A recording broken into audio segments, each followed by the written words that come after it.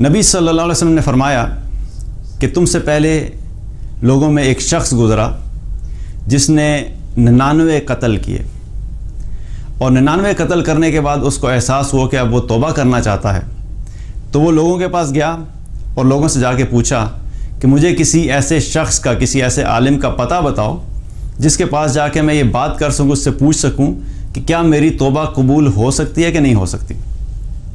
تو لوگوں نے بتایا کہ فلاں جگہ پہ ایک راہب ہے، اس کے پاس چلے جاؤ۔ تو اس نے جو پتہ لیا اس کے بعد وہ چلا گیا اس کے پاس، اس سے جا کے کہا کہ میں نے 99 قتل کیے ہیں، تو کیا میری توبہ قبول ہو سکتی ہے؟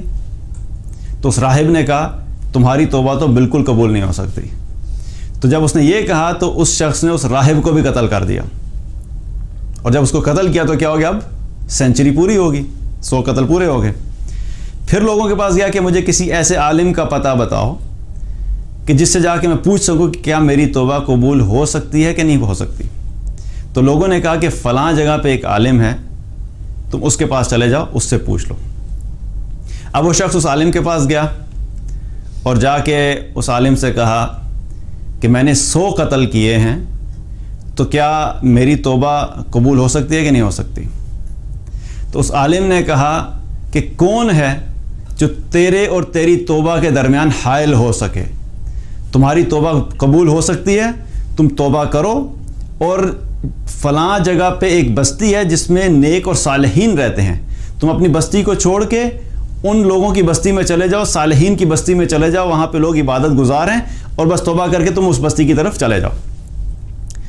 اس شخص نے یہی کیا، توبہ کی، اپنا علاقہ چھوڑا اور اس بستی کی طرف جانا شروع کر دیا جو صالحین کی بستی تھی۔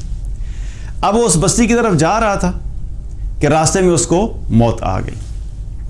اب جب اس کو موت آئی تو اس کی روح قبض کرنے کے لیے رحمت کے فرشتے بھی آ گئے اور عذاب کے فرشتے بھی آ گئے۔ رحمت کے فرشتے آئے اس کی روح قبض کرنے کے لیے، تو عذاب کے فرشتوں نے کہا بھائی تم کیسے اس کی روح قبض کر سکتے ہو؟ تو رحمت کے فرشتوں نے کہا کہ کیونکہ اس نے توبہ کر لی ہے اس لیے اس کی روح ہم قبض کریں گے۔ تو جو عذاب کے فرشتے تھے انہوں نے کہا نہیں، اس نے تو اپنی زندگی میں کوئی اچھا کام کیا ہی نہیں، اس کی روح تو ہم قبض کریں گے۔ اب دونوں فرشتوں کے درمیان کیا ہو گیا، ڈسپیوٹ ہو گیا کہ کون اس کی روح قبض کرے گا۔ اللہ سبحانہ تعالیٰ نے ایک فرشتے کو آدمی کی شکل میں بھیجا اور ان فرشتوں کے دل میں یہ بات ڈالی کہ اس آدمی کو اپنا حکم بنا لو، کہ یعنی اس کو فیصلہ کرنے والا بنا لو۔ تو ان فرشتوں نے کہا ٹھیک ہے، ہم اس کو کہتے ہیں کہ فیصلہ کرے کہ اس کی روح اب کون قبض کرے گا۔ تو اس نے یہ فیصلہ کیا کہ اس شخص کے قدم ناپو، جس نے توبہ کی ہے، جس کی روح قبض ہونی ہے، اس کے قدم ناپو۔ اگر یہ صالحین کی بستی کے قریب ہوا تو اس کی روح جو ہے وہ رحمت کے فرشتے قبض کریں گے، اور اگر یہ وہ گناہگاروں کی بستی کے قریب ہوا تو اس کی روح کون قبض کرے گا؟ عذاب کے فرشتے قبض کریں گے۔ صالحین کی بستی کے قریب ہوا تو رحمت کے فرشتے قبض کریں گے، اگر گناہگاروں کی بستی کے قریب ہوا تو عذاب کے فرشتے اس کی روح قبض کریں گے۔ اب جب یہ فیصلہ ہوا تو دونوں فرشتوں نے کہا ٹھیک ہے، اس کے ناپنے ہیں، قدم ناپتے ہیں۔ اب ہو کیا رہا تھا کہ جب اس کے قدم ناپنے کا وقت آیا تو اس کے کچھ قدم صالحین کی بستی سے دور بن رہے تھے۔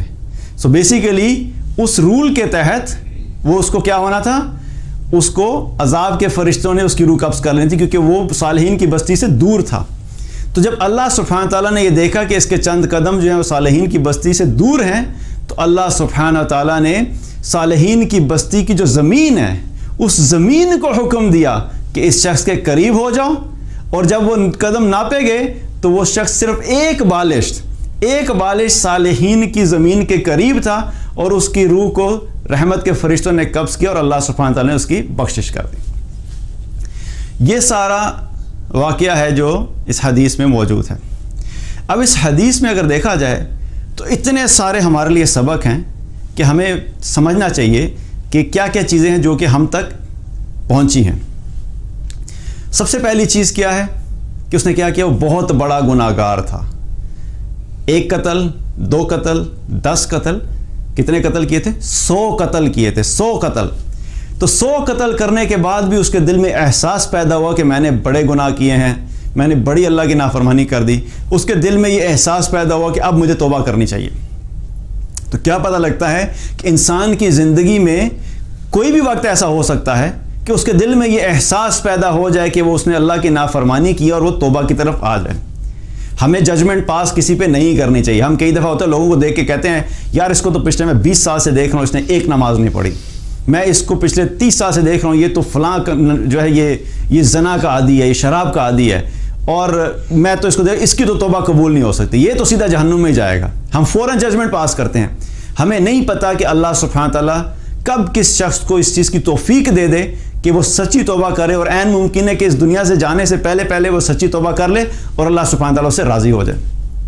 تو کیا ہے کہ توبہ کی توفیق کسی وقت بھی مل سکتی ہے، چاہے جتنے مرضی بڑا گناہ ہو۔